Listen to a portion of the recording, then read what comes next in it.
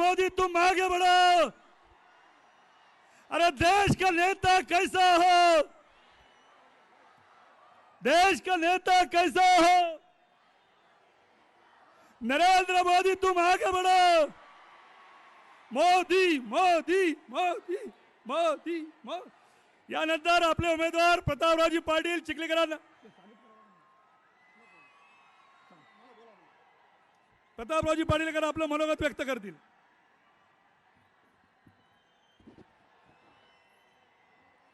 थोडं थोडं शांत शांत।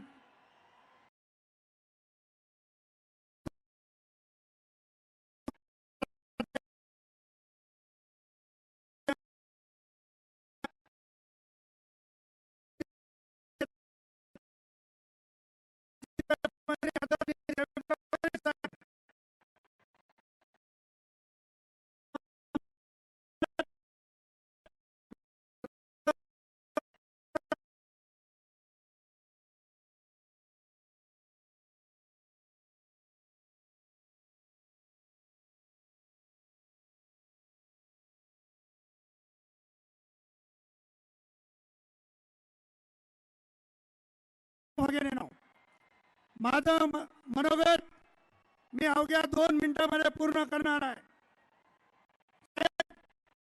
नांदेड जिल्ह्यामध्ये गेल्या 50 वर्षापासून काँग्रेसच्या आणि चव्हाण घराण्याच्या सत्ता आहे। या घराण्याला 4 वेळेस मुख्यमंत्री पद मिळालं, परंतु नांदेडचा म्हणावा तसा विकास झाला नाही। नांदेड जिल्ह्यामध्ये एकही मोठा उद्योग आलेला नाही। उलट होते ते उद्योग बंद पाडण्याचं पाप या काँग्रेसच्या मंडळीने केलेलं आहे। नांदेडमध्ये मोदी टायर प्रकल्पासाठी 400 एकर जमीन संपादित केलेली असून या जागेवर केवळ भूमिपूजनाचा दगड बसविण्यात आलेला आहे।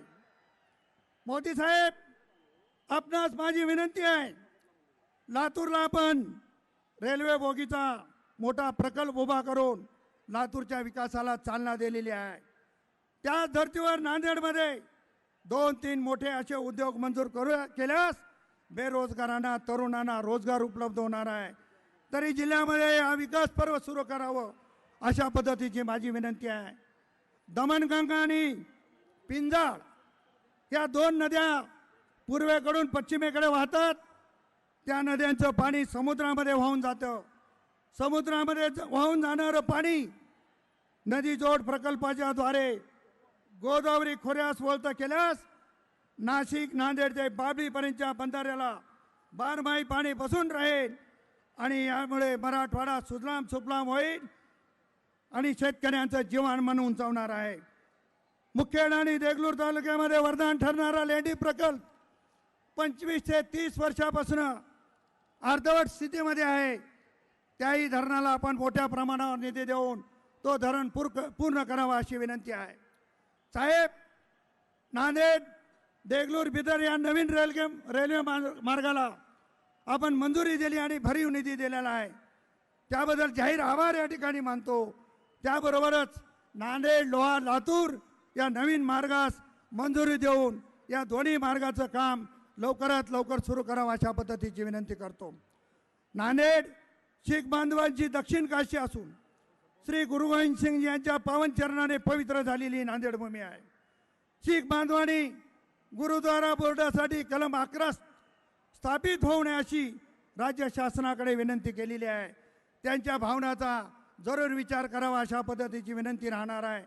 नांदेडमध्ये NTC मिल असेल असे अनेक प्रकल्पाच्या संदर्भातलं निवेदन मी आपल्याकडे सादर करणार आहे। त्या संदर्भात विचार व्हावा अशी विनंती राहणार आहे। नांदेडची ही लढाई प्रताप चिखलीकरांची एकट्याची नसून ही लढाई नांदेडकरांसह जिल्ह्यातील तमाम नागरिकांची आहे। मोदी साहेब, आपल्या आशीर्वादाने नांदेडची लढाई मी जिंकेल याचा मला आत्मविश्वास या ठिकाणी आहे। फिर एक बार मोदी सरकार के साथ फिर एक बार नांदेड़ में भाजपा का खासदार बनाएंगे। इतने ही मैं आपसे रिक्वेस्ट करता हूं और मेरा भाषण खत्म करता हूं। जय हिंद, जय महाराष्ट्र। यानंतर प्रतापराव पाटील, सुधाकरजी श्रंगारे, संजय बंडू जाधव हे आदरणीय प्रधानमंत्र्यांचं स्वागत करतील पुष्पमाला देऊन।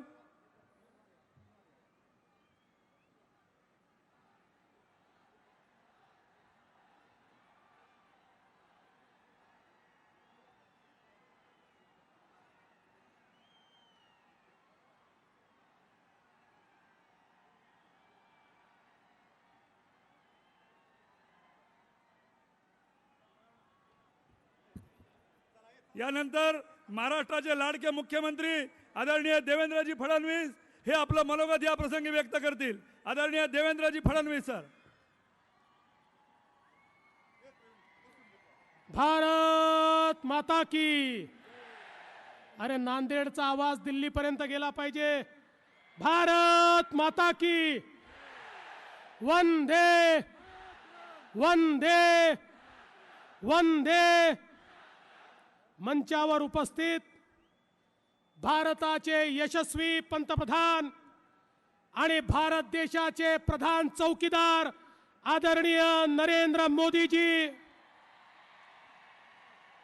आपले अध्यक्ष रावसाहेब पाटील दानवे, बबनरावजी लोणीकर, संभाजीराव पाटील निलंगेकर, या नांदेडमध्ये आता तेल लावून आम्ही गोद्यामध्ये उतरवलेला पैलवान प्रतापराव पाटील चिखलीकर, त्याचप्रमाणे लातूरचे आपले उमेदवार सुधाकर शिंगारे, परभणीचे आपले उमेदवार बंडूभाऊ जाधव आणि या नांदेड जिल्ह्याच्या लगत हिंगोलीतनं आपले दुसरे पैलवान हेमंत पाटील. या ठिकाणी मंचावर उपस्थित सन्माननीय राम पाटील रातोळीकर, संतुकराव हंबर्डे, भास्करराव पाटील खदगावकर, डॉक्टर धनाजीराव देशमुख. खरं म्हणजे मी सगळे नावं घेणार नाही, सगळेच महत्त्वाचे लोक या ठिकाणी बसले आहेत. मी आज या ठिकाणी जी नगरी गुरु गोविंद सिंगजींच्या पदस्पर्शाने पावर झाली आहे, त्या नांदेड नगरीमध्ये आदरणीय मोदी साहेबांचं स्वागत करतो.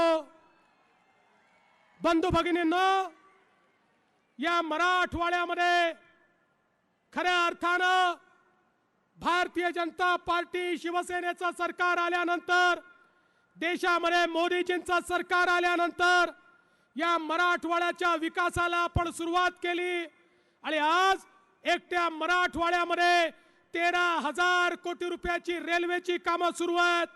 एकट्या नांदेड जिल्ह्यामध्ये आपण जर बघितलं तर 8,500 कोटी रुपयाची रस्त्यांची कामं सुरू आहेत, सिंचनाची कामं सुरू आहेत. लेंडी सारखा आपला प्रकल्प माननीय मोदीजींच्या माध्यमातून या ठिकाणी आज आपल्याला निधी उपलब्ध झाला आहे. मोठ्या प्रमाणात या ठिकाणच्या शेतकऱ्यांना या ठिकाणी कर्जमाफीच्या माध्यमातून 1,024 कोटी रुपयाची कर्जमाफी या ठिकाणी आपण दिली आणि पीक विम्याच्या माध्यमातून 1,202 कोटी रुपयाची मदत या ठिकाणी आपण दिली. माननीय प्रधानमंत्री मोदयांचे मी आभार मानतो की ज्या वेळी या मराठवाड्यावर दुष्काळ आला, केंद्र सरकारनं सडळ हस्ते या मराठवाड्याला मोठ्या प्रमाणात मदत केली. बंधू भगिनींनो, हे नांदेड सारखं शहर, या नांदेडमध्ये अशोकराव चव्हाणांना इतके वेळा मंत्री बनवलं, मुख्यमंत्री बनवलं, इतके वेळा संधी दिली, पण मला सांगा या नांदेड शहराचा चेहरा आणि या नांदेड जिल्ह्याचा चेहरा ते बदलवू शकले का? या ठिकाणी विकास करू शकले का? बंधू भगिनींनो, ते याकरता विकास करू शकत नाही. याचं कारण तुम्ही बघा, ते लीडर नाही आहेत. अशोकराव लीडर नाही आहेत, अशोकराव डीलर आहेत. तुम्ही बघा, रॉकेल पासनं तर पेट्रोल पंपापर्यंत डीलरशिप कोणाची, मोटरसायकल पासनं मोटर गाडीपर्यंत डीलरशिप कोणाची, सगळी डीलरशिप त्यांची. हे डीलर आहेत, हे लीडर नाही आहेत. या नांदेडला लीडरची गरज आहे आणि या ठिकाणी लीडर म्हणून प्रताप पाटील चिखलीकरांना मैदानामध्ये आपण उतरवलाय. मला विश्वास आहे आता नांदेडला या ठिकाणी लीडर दिल्याशिवाय आपण राहणार नाही. बंधू भगिनींनो, मी जास्त वेळ घेणार नाही, पण मला कधी कधी आश्चर्य वाटतं या देशामध्ये होतं काय आहे. एकीकडे मोदीजींच्या नेतृत्वामध्ये एक बलशाली भारत तयार होतोय, एक असा भारत की ज्या भारतानं जगाला दाखवून दिलं आमच्या जवानांवर जर कोणी हल्ला करेल तर त्या देशामध्ये आमची सेना घुसून त्या ठिकाणी आतंकवाद्यांचे अड्डे तहस नहस करू शकते. हे मोदीजींच्या नेतृत्वात आपण दाखवून दिलं. पण दुसरीकडे आमच्या काँग्रेस पक्षाला झालंय काय? ते जाहीरनाम्यामध्ये म्हणतात सेनेचे अधिकार काढून घेऊ. ते जाहीरनाम्यामध्ये म्हणतात या ठिकाणी ज्या कलमाच्या माध्यमातून या ठिकाणी देशद्रोहाचा गुन्हा लागतो तो देशद्रोहाचा गुन्हा काढून टाकू. माझा सवाल अशोकराव तुम्हाला आहे, माझा सवाल राहुल गांधी तुम्हाला आहे, हा काँग्रेसचा जाहीरनामा आहे की जैश ए मोहम्मदचा जाहीरनामा आहे? हे एकदा स्पष्ट करून आम्हाला या ठिकाणी सांगा. बंधू भगिनींनो, खऱ्या अर्थानं काँग्रेसचे नेते राहुल गांधी आता अशा प्रकारचं भाषण करायला लागले आहेत. आपल्याला माहिती आहे एखादी सिरियल जर टीव्हीवर येते तर त्याच्या आधी लिहिलं असतं यातलं कथानक काल्पनिक आहे, यातले पात्र काल्पनिक आहे, याच्यावर कोणी विश्वास ठेवू नका. बंधू भगिनींनो, आज राहुल गांधींचं भाषण ऐकल्यानंतर आपल्याला या ठिकाणी काही दिवसांनी टीव्ही वाले देखील लिहितील की या ठिकाणी आता जे भाषण दाखवण्यात येणार आहे हे भाषण काल्पनिक आहे, याच्यावर कोणी विश्वास ठेवू नका. याच्यावर विश्वास ठेवला तर जबाबदारी आमची नाही, अशा प्रकारची अवस्था या ठिकाणी आहे. आणि म्हणून मी आपल्याला सवाल करण्याकरता आलोय. मागच्या वेळेस थोडक्याने राहून गेलं, पण आपल्या वतीनं आदरणीय मोदीजींना मी विश्वास देऊ का? नांदेड भारतीय जनता पार्टी जिंकेल हा विश्वास देऊ का? देव का विश्वास? माननीय मोदी जी, ये नांदेड़ की जनता बता रही है अब की बार देश में तो मोदी सरकार, पर नांदेड़ में भी मोदी सरकार, नांदेड़ में भी मोदी सरकार. मी पुन्हा एकदा आपल्या सगळ्यांच्या वतीनं माननीय पंतप्रधानांचं स्वागत करतो आणि माझं बोलणं संपवतो. जय हिंद, जय महाराष्ट्र. ज्यांचे विचार ऐकण्यासाठी आपण आतुरलेले आहात ते देशाचे यशस्वी प्रधानमंत्री 56 इंच का सीना रखने वाले प्रधान चौकीदार से मैं अनुरोध करता हूं कि इस प्रचंड जनसभा को संबोधित करें. नरेंद्र भाई मोदी तुम आगे बढ़ो, नरेंद्र भाई मोदी तुम आगे बढ़ो.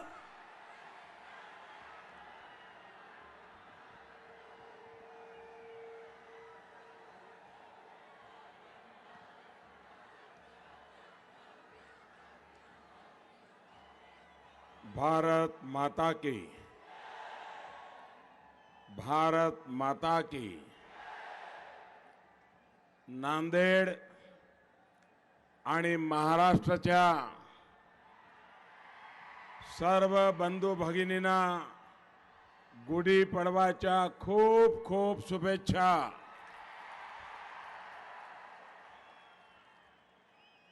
2014 मध्ये मी पाडव्याच्या एक दिवस आधी येथे आलो होतो आणि आज पाडव्याच्या शुभ दिवशी मी आपणा सर्वांना भेटू शकलो, हाच मला खूप आनंद होतो.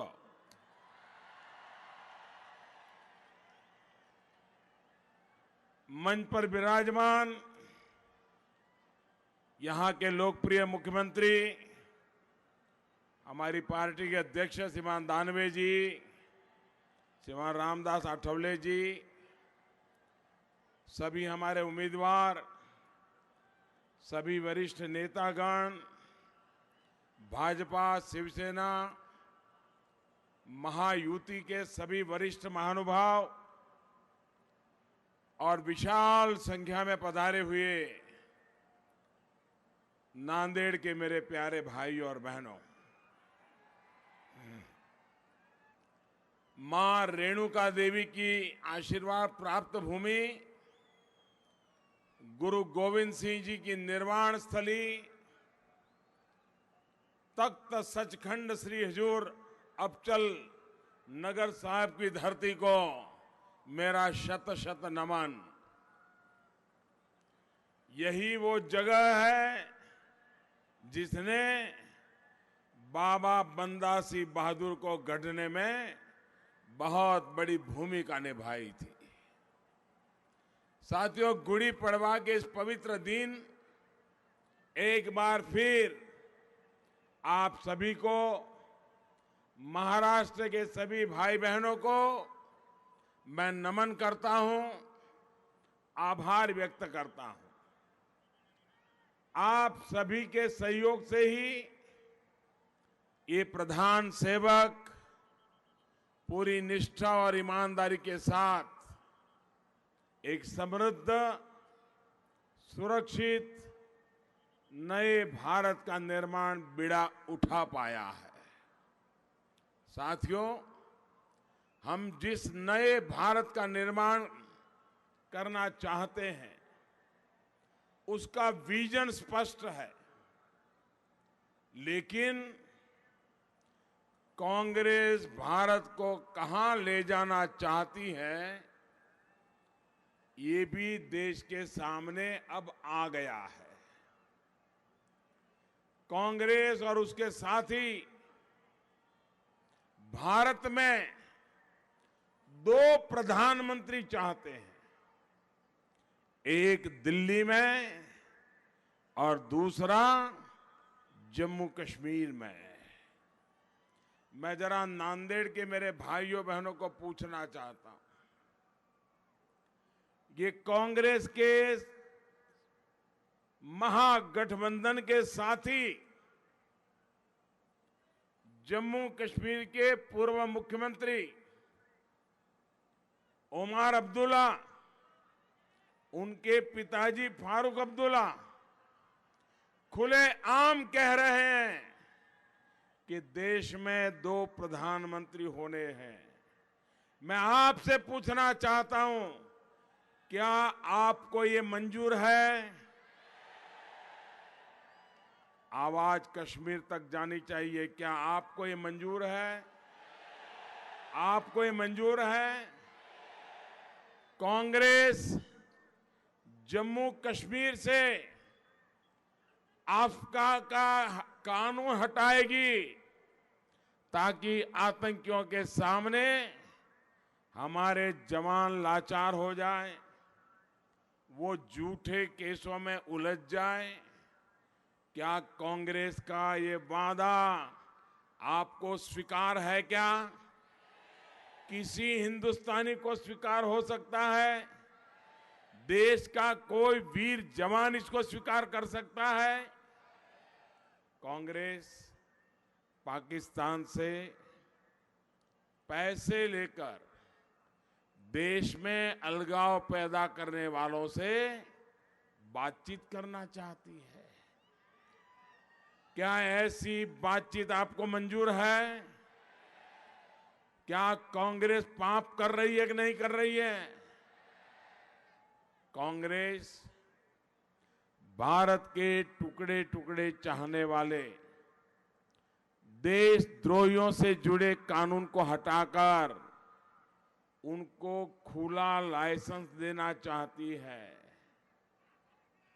क्या नांदेड़ को, महाराष्ट्र को ये देशद्रोह का कानून हटाना मंजूर है? क्या मंजूर है? क्या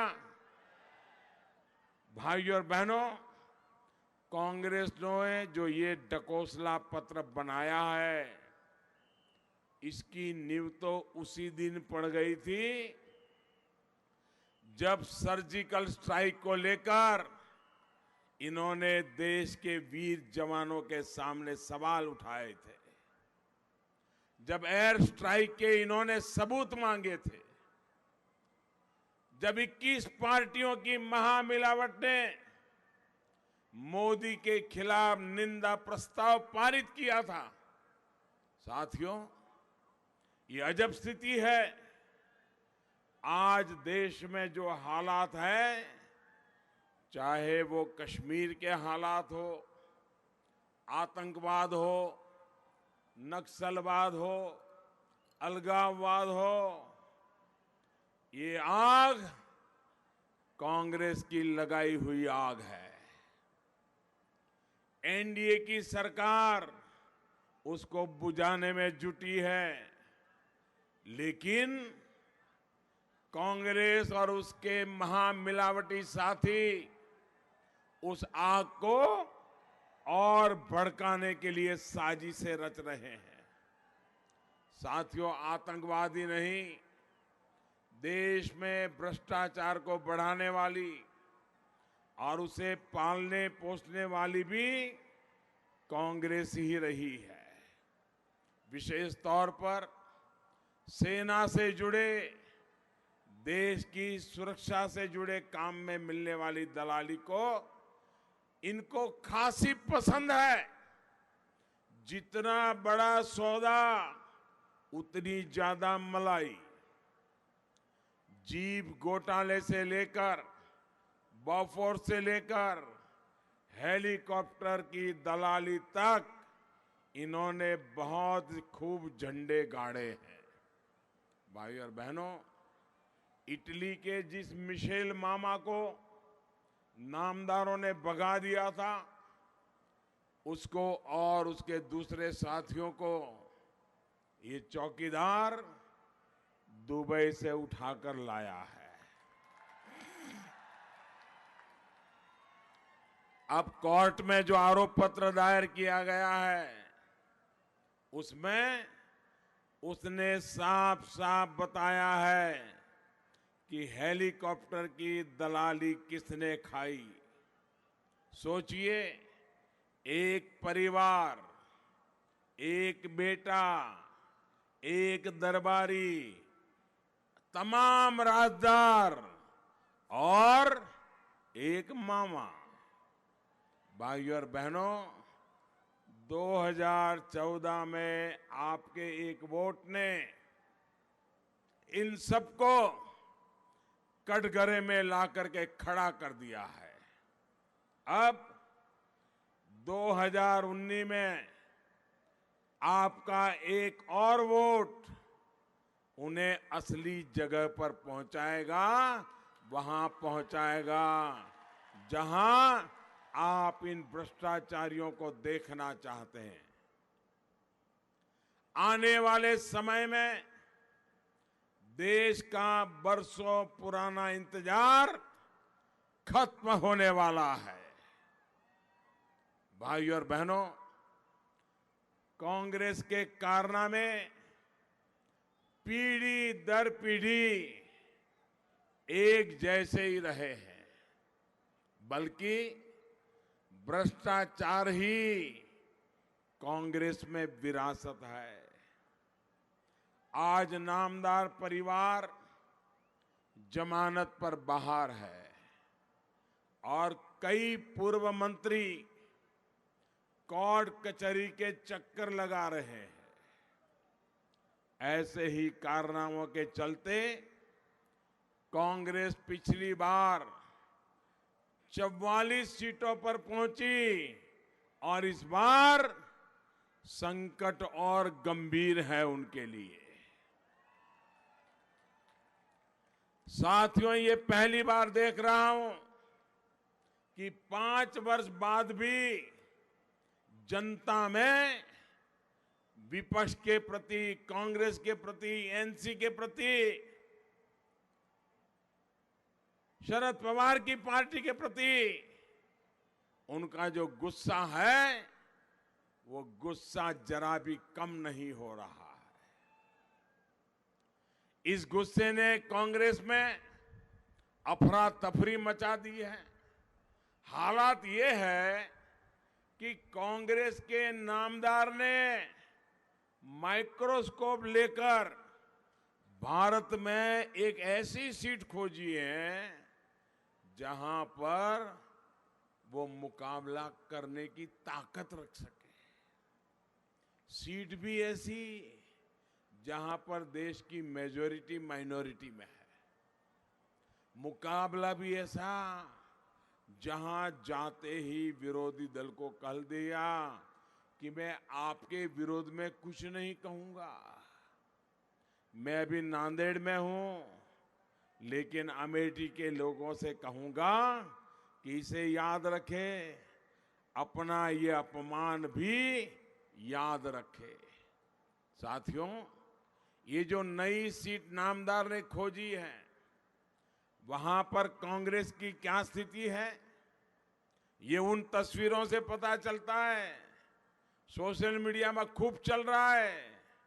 जब नामदार वहां की सड़कों पर निकले थे आपने वो तस्वीरें देखी है क्या? सोशल मीडिया में देखा है ना? कांग्रेस का झंडा किस कोने में है ढूंढना पड़ता था। कांग्रेस के राष्ट्रीय अध्यक्ष का जुलूस और कांग्रेस का झंडा खोजना पड़ता था।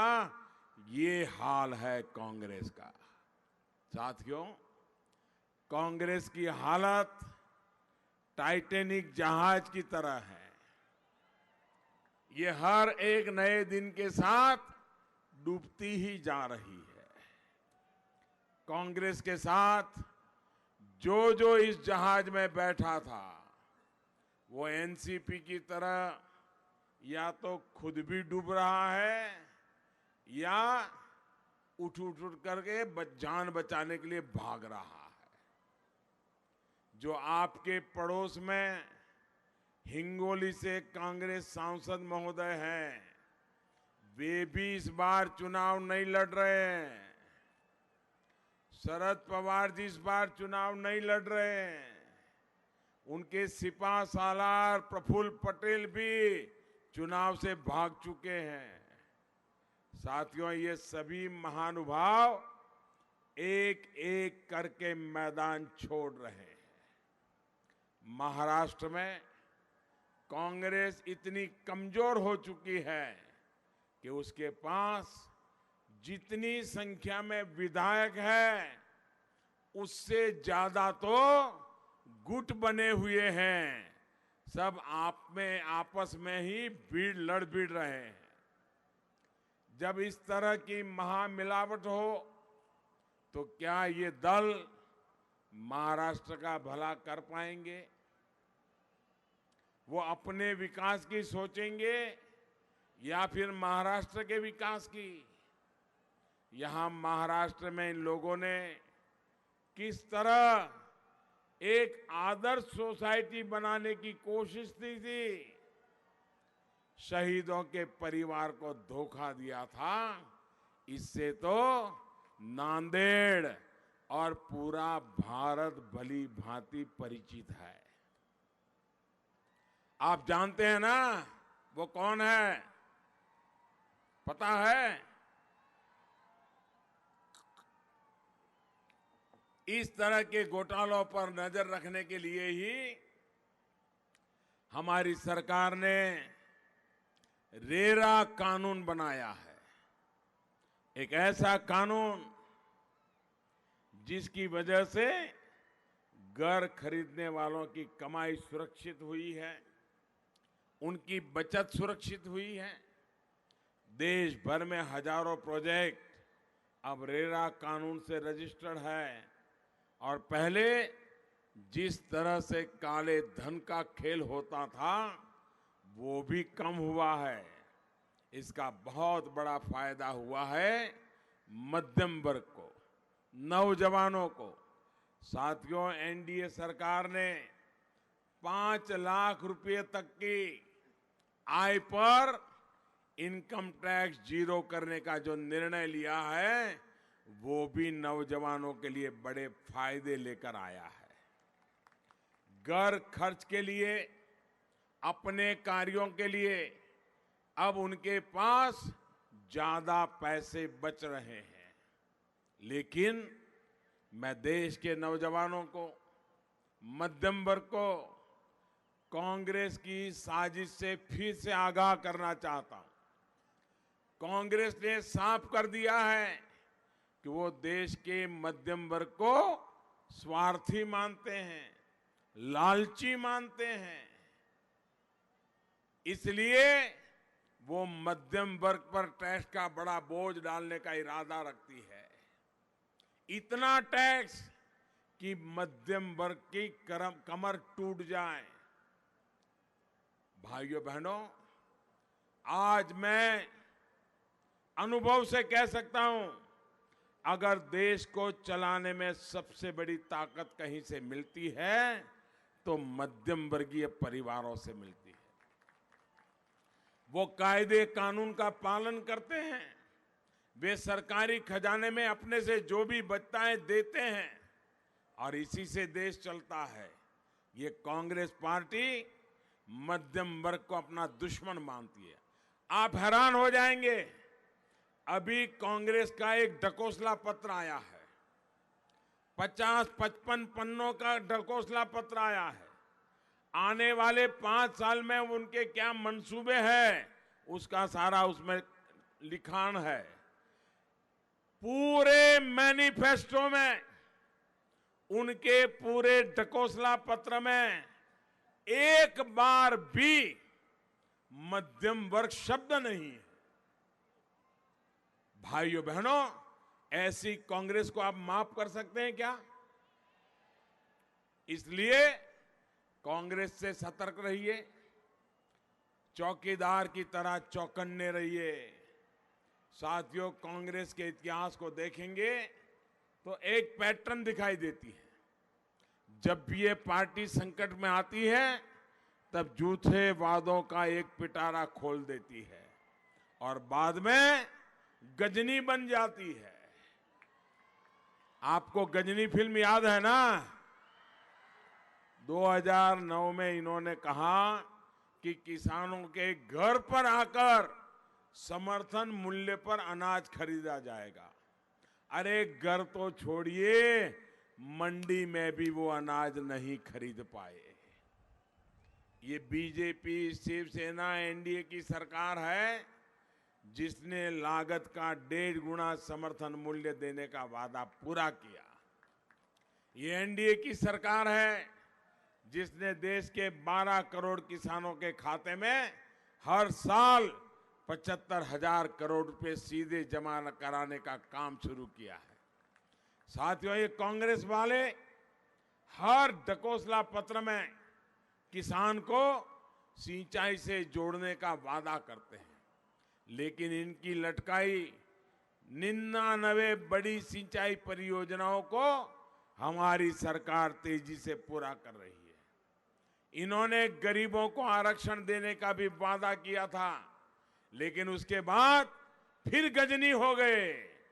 सामान्य वर्ग के गरीबों को 10% आरक्षण देने का काम किया तो ये चौकीदार ने किया, वो भी बाकी किसी भी वर्ग का हक छीने बिना, कोई भी छेड़छाड़ किए बिना, किसी के हक को छुए बिना, सारे समाज में प्रेम और सद्भाव का वातावरण बनाए रखते हुए इतना बड़ा फैसला हमने कर लिया। भाइयों और बहनों, कांग्रेस अपने वोट बैंक के लिए ही काम करती है और चौकीदार की सरकार सबका साथ, सबका विकास के लिए काम करती है। ओबीसी कमीशन को संवैधानिक दर्जा देने का काम कांग्रेस नहीं कर पाई। आपके चौकीदार की सरकार ने उस काम को भी पूरा किया। इसी तरह बंजारा समाज को कभी कांग्रेस ने याद नहीं किया। एनडीए की महायुति की सरकार ने ही इस वर्ष के बजट में गुमंतु समुदाय के लिए पहली बार वेलफेयर डेवलपमेंट बोर्ड बनाने का फैसला किया है।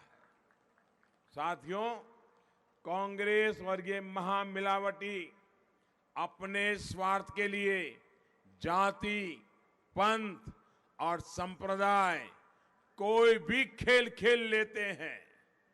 कर्नाटक चुनाव के दौरान सिर्फ वोट के लिए इन्होंने लिंगायत समाज के साथ क्या किया, ये हम भूले नहीं है। पवित्र करतारपुर साहिब कॉरिडोर के साथ इन्होंने क्या सियासत की, ये भी आप भली भांति जानते हैं।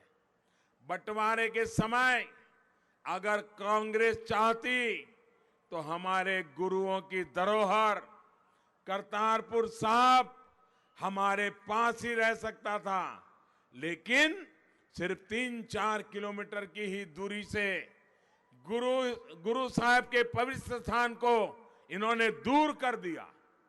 तब अगर कांग्रेस की नीति सही रहती तो आज पाकिस्तान में करतारपुर साहिब न होता और न ही पाकिस्तान को यह खेल खेलने का मौका मिलता। इसी तरह नांदेड़ और अमृतसर साहब से सीधी हवाई मार्ग से जोड़ने की याद भी कांग्रेस एनसीपी की सरकारों को कभी नहीं आई।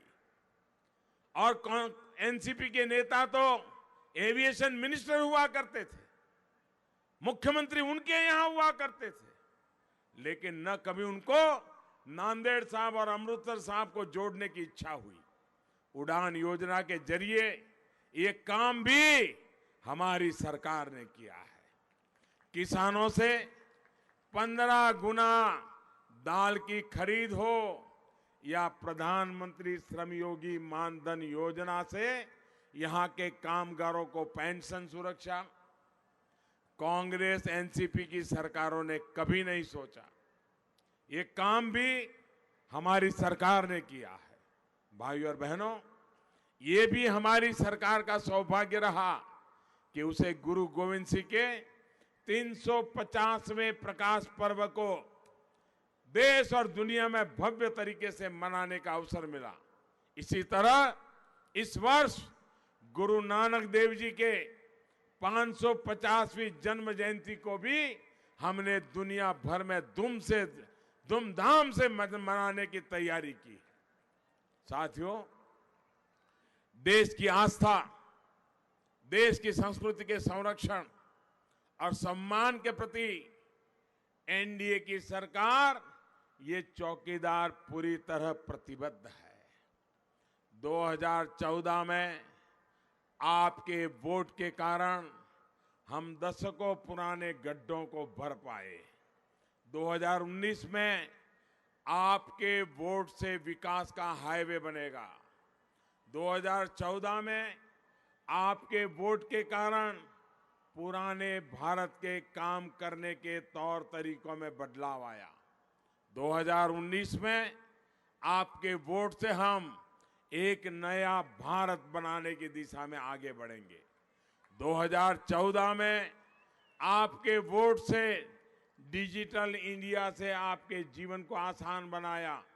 2019 में आपके वोट से डिजिटल इंडिया हमारे मेक इन इंडिया और रोजगार निर्माण का मजबूत आधार बनेगा। 2014 में आपके वोट के कारण आतंकवाद को मुंह तोड़ जवाब मिला।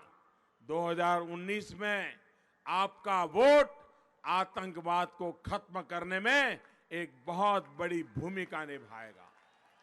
आने वाली 18 अप्रैल को कमल के फूल के सामने बटन दबाकर आप इस चौकीदार को और मजबूत करेंगे। इसी विश्वास के साथ मैं आप सबका आभार व्यक्त करता हूं और मैं आपको विश्वास दिलाता हूं, आप जब कमल के फूल पर बटन दबाएंगे तो आपका वोट सीधा सीधा मोदी को मिलने वाला है। आपका वोट सीधा सीधा मुझे मिलने वाला है। और इसलिए भाइयों बहनों, आज अब इतनी बड़ी तादाद में आप हमें आशीर्वाद देने के लिए आए हैं, मैं आपका आभार व्यक्त करता हूं। मेरे साथ बोलिए, बोलेंगे। मैं कहूंगा मैं भी, आप कहेंगे चौकीदार। मैं भी।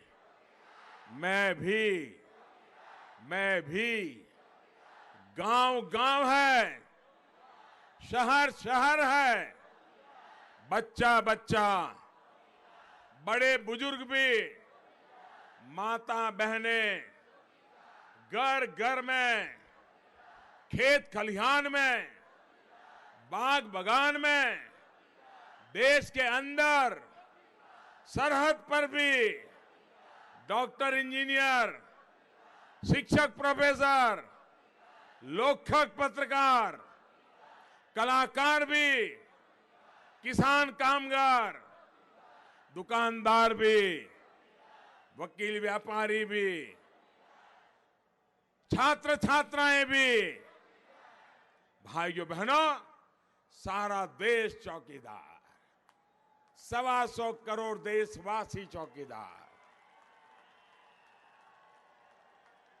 भारतीय जनता पार्टी और हमारी महायुति को विजयी बनाइए। मेरे साथ बोलिए भारत माता की, भारत माता की। बहुत बहुत धन्यवाद। तमाम लोकसभा क्षेत्रातून आलेल्या मतदार बंधू भगिनींचे मी या ठिकाणी भारतीय जनता पार्टीच्या वतीने आभार व्यक्त करतो।